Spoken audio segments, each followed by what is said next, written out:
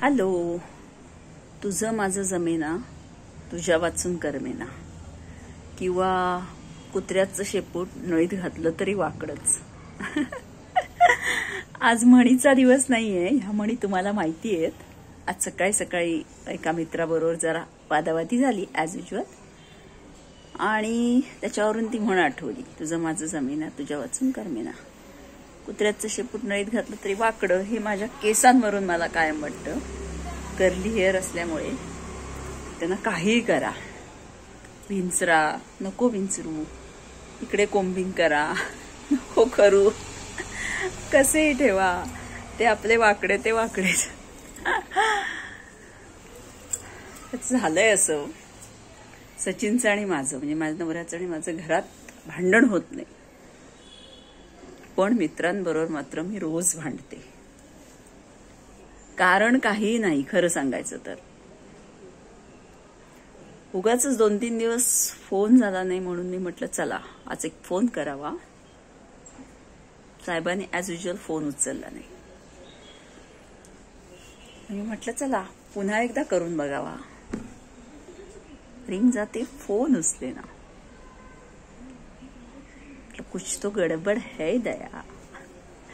Message टाकला, hello, where are you, all is well, आणि question mark. साहेब online होते. लगेच मराठीत, शुद्ध मराठीत रिप्लाय आला. मी इंग्लिश मध्ये लिहिला, शुद्ध मराठीत रिप्लाय आला. सगळे अवयव जिथल्या तिथे आहेत, काळजी करू नकोस. मी विचार केला की मी का काळजी करेन, अवयव आहेत, पण मी म्हटलं डोकं ठिकाणावर आहे का, असं ऍक्च्युली मला विचारायचं होतं खरं तर.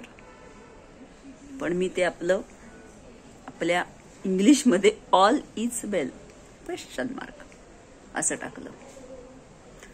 मी खाली रिप्लाय केला, ठीक आहे, डोकं ठिकाणावर आहे किंवा सगळे अवयव जाग्यावर आहेत, तर मग फोन बरं का रिसीव्ह होत नाहीये. रिप्लाय आला, मूड नाही.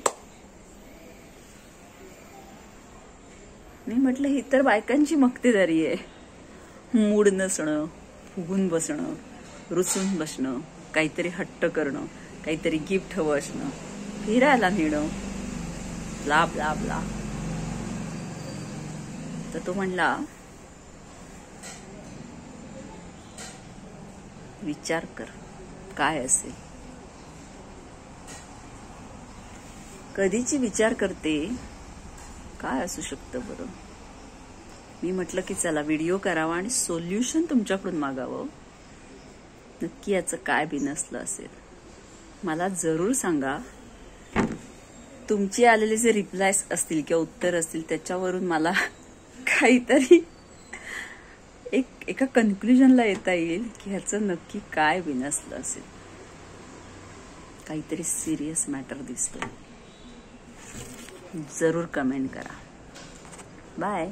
तोपर्यंत मी पण विचार करते.